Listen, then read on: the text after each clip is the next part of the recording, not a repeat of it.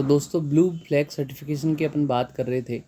ये डेनमार्क की एक संस्था है FEE, जिसके द्वारा ये ब्लू फ्लैग सर्टिफिकेशन दिया जाता है और ये दे देता है फाउंडेशन फॉर एनवायरनमेंट एजुकेशन, जो फाउंडेशन है उसके द्वारा ये सर्टिफिकेशन दिया जाता है। भारत के इससे पहले भारत के घोघला बीच जो दमन एंड दीव में है उसको ये ब्लू फ्लैग सर्टिफिकेशन मिल चुका है।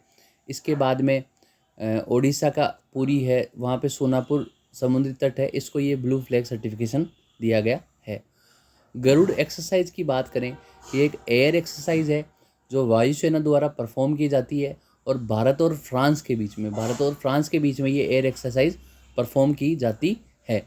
2003 से ये स्टार्ट है और अभी हाल ही में फ्रांस में इसका आयोजन किया जाएगा और जो इंडियन एयरफोर्स है उसका सुकोई 30 MK1 इसमें पार्टिसिपेट करेगा, भारत की तरफ से जो फ्रांस जाके पार्टिसिपेट करेगा।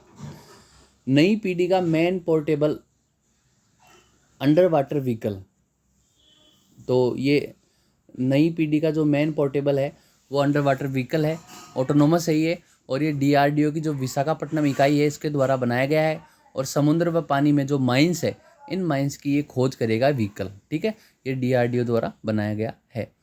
O1 वीज़ा की बात करें तो अमेरिका द्वारा जो नॉन इमिग्रेंट वीज़ा है ये उन व्यक्तियों को दिया जाता है जिनके पास साइंस, कला, शिक्षा, बिजनेस, खेल, फिल्म, टीवी इन सब में कोई एक्स्ट्रा एक्टिविटी, एक्स्ट्रा एबिलिटी हो, उनको ये O1 वीज़ा दिया जाता है अमेरिका के द्वारा। लघु हिमालय की बात करें, लघु हिमालय में कुछ चोटियां हैं जैसे धौलाधर, वो हिमाचल प्रदेश में है। मसूरी की बात करें तो ये उत्तराखंड में है। डोकिया की बात करें तो ये सिक्किम में है। ब्लैक माउंटेन की बात करें तो भूटान में है। पीर पंजाल की बात करें तो ये JNK में है। तो ये लघु हिमालय, जिसको हिमाचल हिमालय भी बोलते हैं, उसकी ये चोटियाँ हैं। बराइल की पहाड़ियाँ, ये नाग पहाड़ी जो नागा है, नागालैंड में नागा पहाड़ी है, वह मणिपुर पहाड़ी है, इन दोनों के बीच में पाई जाती है बराइल की पहाड़ियाँ। और नागालैंड में जो नागा पहाड़ी है इसकी सबसे ऊंची चोटी है सरामती। ठीक है, और जो मिजोरम में मिजो पहाड़ियाँ हैं इसकी सर्वोच्च चोटी है ब्लू माउंटेन, और फांगसुई भी उसको बोला जाता है। आप यहाँ कंफ्यूज मत होना, मिजोरम की जो सबसे ऊंची चोटी है उसको ब्लू माउंटेन बोला जाता है, वह भूटान में जो चोटियाँ हैं, जो पर्वत श्रृंखला है, उसको ब्लैक माउंटेन बोला जाता है। लाइमा तोल पहाड़ी ये मणिपुर में है। अब बात करते हैं कि जो जोन बने हुए हैं वो कैसे बने हुए हैं। जैसे मान लो ये अपना ट्रांस हिमालय है, ये महान हिमालय है, ये हिमाचल हिमालय है, मतलब मध्य हिमालय है, और ये शिवालिक है और ये मैदान है।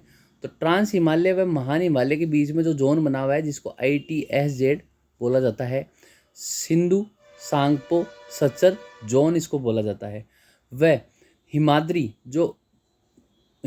है जो महान हिमालय है, बड़ा हिमालय है, इसके वह हिमाचल हिमालय के बीच में जो जोन बना हुआ है, इसको मैं क्लियर बना देता हूँ। तो ये ट्रांस हिमालय है, ये हिमाद्री है, ये मध्य हिमालय है, ये शिवालिक है और ये मैदान है। तो ये तो ITSZ इसको बोला जाता है। वह हिमाद्री और जो हिमाचल हिमालय है जिसको मध्य हिमालय भी बोला जाता है, इसके बीच में MCT मतलब मैन सेंट्रल थ्रस्ट। ठीक है, अब हिमाचल हिमालय या मध्य हिमालय वह शिवालिक हिमालय के बीच में है, ये है MBT जिसको बोला जाता है मैन बाउंड्री थ्रस्ट। ठीक है, और इसके बाद में ये जो शिवालिक है वह मैदान है, इनके बीच में MFT इसको बोलते हैं मैन फ्रंटल थ्रस्ट। ये सब इसके नाम है, तो आप याद रखना ITSZ, MCT, MBT, MFT ये इसके नाम है। पूर्वी तट की बात करें तो भारत का ये पश्चिमी तट है और ये पूर्वी तट है, इधर बंगाल की खाड़ी है। तो पूर्वी तट की बात करें तो ये स्वर्ण रेखा नदी है और यहाँ से लेके कन्याकुमारी तक ये पूर्वी तट फैला हुआ है। कन्याकुमारी जो लास्ट पॉइंट है, और ये स्वर्ण रेखा नदी जो उड़ीसा में है यहाँ तक फैला हुआ है, उठा हुआ तट ये है। थाल घाट की बात करें, जब ये मैप बनाते हैं तो ये मान लो गुजरात है, यहाँ पे महाराष्ट्र में यहाँ पे थाल घाट है, यहाँ पे भोर घाट है और यहाँ पे पाल घाट है। तो थाल घाट से रास्ता मुंबई से नासिक जाता है जो उत्तर भारत में पूरा जाता है, और भोर घाट की बात करें तो मुंबई से पुणे जो साउथ में जाता है, मुंबई से पुणे वाला मार्ग उसको भोर घाट बोलते हैं, भोर घाट में से होके जाता है। और पाल घाट की बात करें तो कोच्चि से लेके कोयम्बटूर जो तमिलनाडु में है वहाँ का रास्ता जाता है पाल घाट से होकर। ये तीनों घाट मैंने आपको बता दिए। छोटा नागपुर पठार की बात करें तो मान लो ये छोटा नागपुर पठार है, इसको 3 भागों में बांटा जाता है। ऊपर वाले भाग को कोडरमा या हजारीबाग का पठार बोलते हैं, व नीचे वाले भाग को रांची का पठार बोला जाता है। वहाँ पे पहाड़ी को पाट बोला जाता है, कहाँ पे, झारखंड वाले एरिया में, और जैसे नेहतरात का पाट, ठीक है। बघेलखंड पठार की बात करें तो बघेलखंड पठार 2 नदियों को अलग करता है, एक तो सोन नदी और एक महानदी के अफवाह को अलग अलग करता है।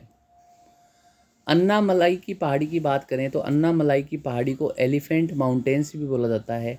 तमिलनाडु व केरल के जो बॉर्डर है वहाँ पे अन्नामलाई की पहाड़ी कुछ पाई जाती है। जैसे मान लो ये तमिलनाडु और केरल का बॉर्डर है, यहाँ पे अन्नामलाई की पहाड़ी पाई जाती है।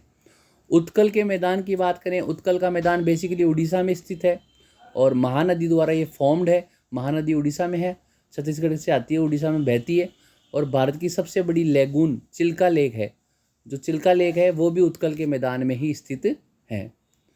तमिलनाडु की बात करें तो चावल की खेती सर्वाधिक तमिलनाडु जो भारत का दक्षिणी राज्य है वहाँ पे होती है, और दक्षिण भारत का खाद्यान्न कटोरा भी तमिलनाडु को बोला जाता है। ब्रह्मपुत्र नदी की बात करें तो आपको पता है ये जो तिब्बत का पठार के पास में ग्लेशियर है वहाँ से ब्रह्मपुत्र नदी ऐसे बहती है, और ये ब्रह्मपुत्र नदी आके यहाँ पे बांग्लादेश से होती हुई गंगा नदी में बंगाल खाड़ी में गिर जाती है। तो इसके दाएं तरफ है, दाएं तरफ की नदियाँ हैं तिस्ता, मानस, कामेंग, सुबनसिरी और बरेली, ये सब दाएं हाथ की नदियाँ हैं। और बाएं हाथ की नदियों में दिवांग, दिसांग, लोहित, धनसिरी और कपिली, ये सब बाएं हाथ की नदियाँ हैं ब्रह्मपुत्र की, ठीक है। अब बात करें गोदावरी रिवर की, ये गोदावरी साउथ इंडिया में बहती है, इसलिए इसको दक्षिणी गंगा बोलते हैं। और गंगा नदी भारत की सबसे बड़ी नदी है, और ये भारत की दूसरी सबसे बड़ी बहने वाली भारत में नदी है। त्र्यंबकेश्वर महाराष्ट्र से इसका उद्गम होता है और बंगाल खाड़ी में इसका विसर्जन होता है। भीमा नदी की बात करें तो भीमा नदी को चंद्रभागा रिवर भी बोलते हैं। ये भीम जो पर्वत है वहाँ से ये उत्पन्न होती है, उद्गम होती है, और कृष्णा में मर्ज होती है, फिर कृष्णा नदी जाके बंगाल खाड़ी में गिरती है। तो कृष्णा की सहायक नदियाँ हैं ना, भीमा, मूसी, ये सब कृष्णा नदी की सहायक नदियाँ हैं। पेन्नारू रिवर की बात करें, इसको पेन्ना रिवर भी बोलते हैं, उत्तरी मंदाकिनी रिवर भी बोलते हैं। पेन्नारू रिवर बेसिकली कर्नाटक व आंध्र प्रदेश में बहती है। Vaigai river, very important, Vaigai river Tamil Nadu में है। तमिलनाडु का जो शहर है मदुरई, जहाँ पे सिल्क बहुत अच्छा बनता है, मदुरई में मीनाक्षी सुंदरेश्वर मंदिर है। मुरुगन, वहाँ के जो साउथ में है, मुरुगन बोलते हैं भगवान कार्तिकेय को, जो गणेश जी के भाई हैं उनको मुरुगन बोला जाता है। वहाँ पे मुरुगन का मंदिर है। महालक्ष्मी का गोल्डन टेम्पल मदुरई में है। तो ये सब वेगई नदी जो मदुरई शहर के किनारे बहती है, वहाँ की खास बातें हैं। कावेरी नदी की बात करें तो कावेरी नदी का उद्गम है ब्रह्मगिरी की पहाड़ी से उद्गम होती है। कावेरी नदी पे कुछ फेमस बांध बने हुए हैं, उनमें है कृष्णराज सागर बांध कर्नाटक में, एक है मेट्टूर बांध ये तमिलनाडु में, जिसे स्टेनली जलाशय भी बोलते हैं। इस पे मेट्टूर बांध के पीछे जो जलाशय बना हुआ है ना, उसको स्टेनली जलाशय बोलते हैं। कुछ बांध की बात करें तो गोदावरी जो रिवर है, जो सेकंड लॉन्गेस्ट रिवर है भारत की, उस पर बना हुआ है पोल्लावरम बांध। व पेरियार जो केरल में बहती है उस पर बना हुआ है इडुक्की बांध। सतलज रिवर की बात करें तो स्पीति व व्यास रिवर इसकी सहायक है सतलज की। सतलज पे सबसे बड़ा अंडरग्राउंड जल विद्युत प्रोजेक्ट लगा हुआ है। यमुना रिवर की बात करें, गंगा की सहायक नदी है यमुना, और आपको पता है दिल्ली यमुना के किनारे बसा हुआ है। और यमुना के बाएं हाथ की नदियां हैं हिंडन, सेंगर, ये सब यमुना की बाएं हाथ की नदियां हैं। जैसे यमुना ये जा रही है तो यहाँ पे हिंडन, सेंगर ये नदियां हैं। दाएं हाथ पे टोंस है, गिरी है, और चंबल है, सिंध है, बेतवा है, केन है। और जो गिरी नदी है इस पे रेणुका जी प्रोजेक्ट चल रहा है, जो हाल ही में बहुत न्यूज़ में रहता है। अब अपन बात करें दामोदर नदी की। दामोदर नदी जो बंगाल की खाड़ी में गिरती है, गंगा नदी में मिलती है, और दामोदर नदी की सहायक नदी है बराकर नदी। क्या नाम है? बराकर नदी। और 4 बांध बने हुए हैं दामोदर नदी पर, वो है कोन्नार रिवर पर, इसकी सहायक है पंचेत। दामोदर रिवर पर तिलैया मैथन ये बराकर नदी पे बना हुआ है जो दामोदर की सहायक है। भारत की रूर घाटी दामोदर नदी को बोलते हैं क्योंकि दामोदर नदी का जो बेड है उस बेड पर बहुत सारा कोयला इकट्ठा है, वहाँ पे कोयले के भंडार है, इसलिए भारत की रूर घाटी बोलते हैं। वैसे रूर प्रदेश जर्मनी में है। रुद्र सागर झील की बात करें जो त्रिपुरा है, भारत का एक राज्य है त्रिपुरा, उस वहाँ पे है रुद्र सागर झील। नंदा झील की बात करें, इसमें बच्चे कंफ्यूज हो जाते हैं, नंदा झील बेसिकली गोवा में स्थित है। अंशुपा झील की बात करें ये उड़ीसा में है। कंजली झील की बात करें तो ये पंजाब में स्थित है। रूपकुंड झील की बात करें ये रहस्यमयी झील है और ये उत्तराखंड में स्थित है। कोडाई कनाल एक प्रसिद्ध टूरिस्ट डेस्टिनेशन है, कोडाई कनाल ये तमिलनाडु में स्थित है। अब अपन बात करें बॉक्साइट की, जो एल्यूमिनियम का एक और है Al2O3 जिसको बोलते हैं। इसकी प्रमुख खाने भारत में उड़ीसा राज्य में है, वहाँ पे है कालाहांडी, कोरापुट, बोलनगिरी, सुंदरगढ़ और संबलपुर, रायगढ़, ये सारे उड़ीसा में बॉक्साइट की खाने हैं। इसके अलावा छत्तीसगढ़ में है बस्तर, बिलासपुर, सरगुजा, कबीरधाम, ये छत्तीसगढ़ में हैं। इसरो की बात करें तो इसरो भारत का जो स्पेस रिसर्च ऑर्गेनाइजेशन है और इसका मुख्यालय हेडक्वार्टर मतलब त्रिवेंद्रम में इसकी एक शाखा है। और इसरो की बात करें तो इसके चेयरमैन है वी नारायणन, जो नागरकोइल जो साउथ में एक डिस्ट्रिक्ट है वहाँ से ये वी नारायणन साहब हैं। और इन्होंने अभी बोला है कि भारत चंद्रयान 4 पे कार्य कर रहा है। चंद्रयान 4 भारत 2028 तक भारत के द्वारा भेजा जाएगा। गुजरात के राज्यपाल काफ़ी सुर्खियों में रहते हैं, इन्होंने संस्कृत में भी शपथ ली थी और इनका नाम है आचार्य देवव्रत जी। जलदेवी तालाब, ये राजस्थान में जलदेवी तालाब है और राजसमंद में रेल का मगरा है, वहाँ पे ये जलदेवी तालाब स्थित है।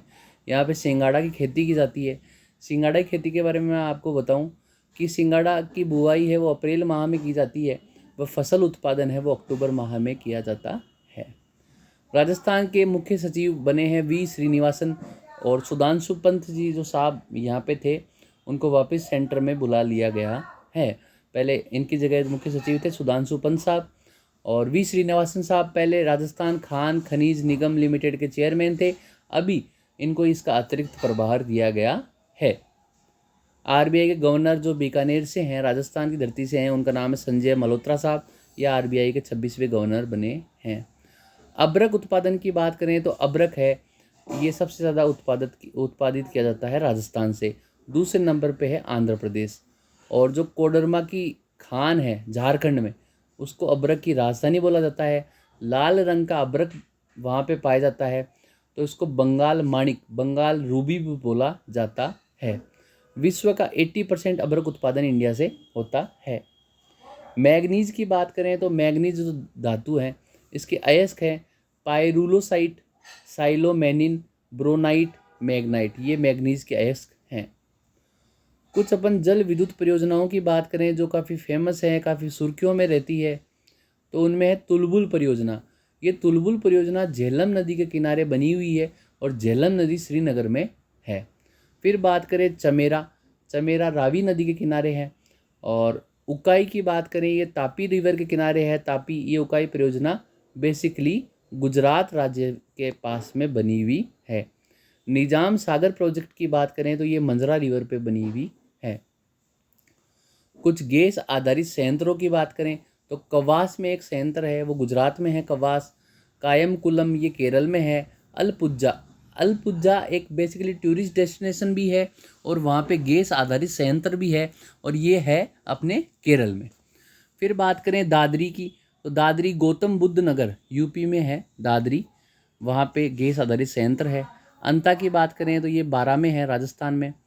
और ये जितने भी संयंत्र मैंने आपको बताए वो एनटीपीसी द्वारा संचालित है, नेशनल थर्मल पावर कॉरपोरेशन द्वारा संचालित हैं। भारत में 99% कोयला गोंडवाना क्रम का कोयला पाया जाता है और इन गोंडवाना क्रम की चट्टानों में ये पाया जाता है, इसलिए इसको गोंडवाना क्रम का कोयला बोला जाता है। महानदी गोदावरी सोन घाटी, और जो गोदावरी को महानदी है सोन घाटी, इन सब में कार्बोनिफेरस व पर्मियन काल का कोयला पाया जाता है। इसके अलावा 99% कोयला गोंडवाना क्रम का कोयला पाया जाता है। भूतापीय ऊर्जा की बात करें तो भारत में भूतापीय ऊर्जा जो अंदर अंदर पृथ्वी का टेम्परेचर बढ़ने से ऊर्जा प्राप्त होती है अपने को, वो ऊर्जा के संयंत्रों की बात करें तो वो अपने लिए इम्पोर्टेंट हो जाते हैं।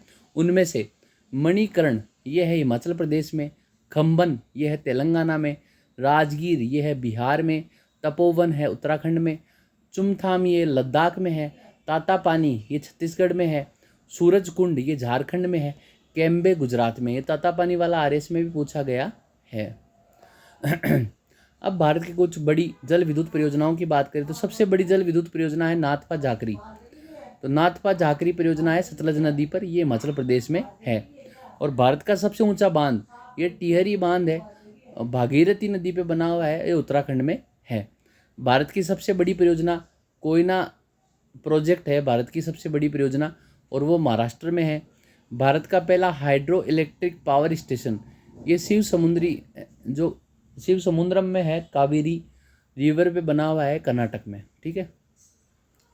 नवीकरणीय ऊर्जा की बात करें, ऐसी ऊर्जा जिसका जिसका कंप्लीट दोहन नहीं हो सकता, वो नवीकरणीय ऊर्जा बोलते हैं, रिन्यूएबल जिसको एनर्जी बोलते हैं।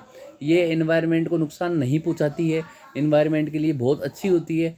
इनमें है लघु जल विद्युत परियोजनाएं, सौर ऊर्जा और पवन ऊर्जा, ज्वारीय ऊर्जा, भूतापीय ऊर्जा। व गैर नवीकरणीय ऊर्जा की बात करें जिनमें फॉसिल्स फ्यूल्स या जीवाश्म फ्यूल्स पाए जाते हैं, उनमें है परमाणु ऊर्जा, कोल बेड मेथेन, प्राकृतिक गैस, तापीय ऊर्जा। ये सब गैर नवीकरणीय ऊर्जा के उदाहरण हैं। 18 नवंबर को जयपुर का स्थापना दिवस मनाया जाता है क्योंकि 18 नवंबर 1727 को जयपुर के राजा थे सवाई जयसिंह, इनके द्वारा जयपुर की नींव रखी गई। आज जयपुर को 18 नवंबर 2025 में 298 वर्ष पूरे हो चुके हैं। तो 298वां स्थापना दिवस जयपुर का बनाया गया है। जयपुर 9 ग्रह पर आधारित है।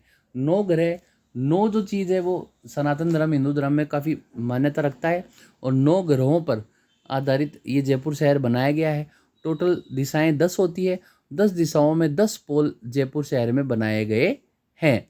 और जैसे चांद पोल है, गलता गेट है, ऐसे 10 गेट बनाए गए हैं। एक परकोटा बनाया गया है जिसको 2019 में यूनेस्को साइट द्वारा वर्ल्ड हेरिटेज साइट का दर्जा दिया गया है। जयपुर को छोटी काशी बोलते हैं क्योंकि यहाँ पे खूब सारे मंदिर हैं। उन मंदिरों के कारण जयपुर को छोटी काशी बोलते हैं, छोटा बनारस बोलते हैं। वह यहाँ पे कुछ यंत्र है, वो जंतर मंत्र बनाया गया है। वहाँ पे सम्राट यंत्र है जिसके द्वारा घड़ी, समय व मौसम की भविष्यवाणियाँ की जाती है, उसको सम्राट यंत्र बोला जाता है। पंडित जगन्नाथ सम्राट के आचार्यत्व में एक उस समय 18 नवंबर 1727 में प्रोग्राम हुआ था, और वो प्रोग्राम हुआ था ब्रह्मपुरी में। तो उस प्रोग्राम में इसकी नींव रखी गई। और यहाँ पे 3 चौपड़ हैं, एक है रामगंज चौपड़, एक है बड़ी चौपड़ और एक है छोटी चौपड़। तो रामगंज चौपड़ में माँ काली का प्रतीक है। सुरक्षा के उद्देश्य से योद्धाओं को वहाँ बसाया गया था। बड़ी चौपड़ की बात करें तो ये महालक्ष्मी का चौपड़ है, वहाँ पे धन, लक्ष्मी, व्यापारी, जोहरी बाजार ये सब बसाए गए हैं। वह छोटी चौपड़ की बात करें तो ये माँ सरस्वती का प्रतिनिधित्व करती है, वहाँ पे ब्राह्मण विद्वानों को इन सबको बसाया गया था। अब बात करते हैं 16वां वित्त आयोग। तो ये केंद्र सरकार का 16वां वित्त आयोग बनाया गया है जिसके चेयरमैन है अरविंद पनगड़िया साहब। इनको द्रौपदी मुर्मू ने अरविंद पनगड़िया साहब ने 16वें वित्त आयोग की जो रिपोर्ट है वो द्रौपदी मुर्मू जी को सौंपी है, भारत के राष्ट्रपति को सौंपी है। 2026-27 से लेकर 2030-31 तक का केंद्र व राज्यों के बीच में टैक्स बंटवारा तय करेगी ये रिपोर्ट। पुणे जो महाराष्ट्र में है इसको दक्कन की राजधानी बोलते हैं, और दक्कन के पठार पर यह शहर स्थित है। यूपी उत्तर प्रदेश की बात करें, वहाँ एक प्रोजेक्ट चला है, एक परिवार एक पहचान, ये योजना है। और प्रत्येक परिवार की एक मुख्य यूनिक आईडी होगी इस योजना के अंदर। तिब्बत का पठार की बात करें तो जैसे ये भारत है, तो ये ऊपर वाला जो एरिया है वो सब तिब्बत का पठार है। ये वाला तिब्बत का पठार है, ये दुनिया का सबसे ऊंचा व बड़ा पठार है। और ये इंडो ऑस्ट्रेलियन व यूरेशियन जो टेक्टोनिक प्लेट है इनके टकराने से इसका निर्माण हुआ है। श्रीनगर की बात करें तो डल झील के किनारे बसा हुआ है, और विश्व का इकलौता तैरता हुआ डाकघर भी श्रीनगर में है, एक शिकारे पे बना हुआ है। शिकारा क्या बोलते हैं, जैसे डल झील में आप घूमने जाओगे तो बड़ी बड़ी नावें हैं, नावों में रहने की व्यवस्था की गई है, उन नावों को शिकारा बोला जाता है। फिर बात करें प्रोटीन्स की, तो जो बाल होता है, बाल व नाखून, इनमें केरोटीन प्रोटीन होता है। जेमिनी 3 की बात करें तो गूगल का एआई मॉडल है जेमिनी 3, सबसे पावरफुल एआई मॉडल है जेमिनी 3। तो आज के लिए इतना ही, धन्यवाद।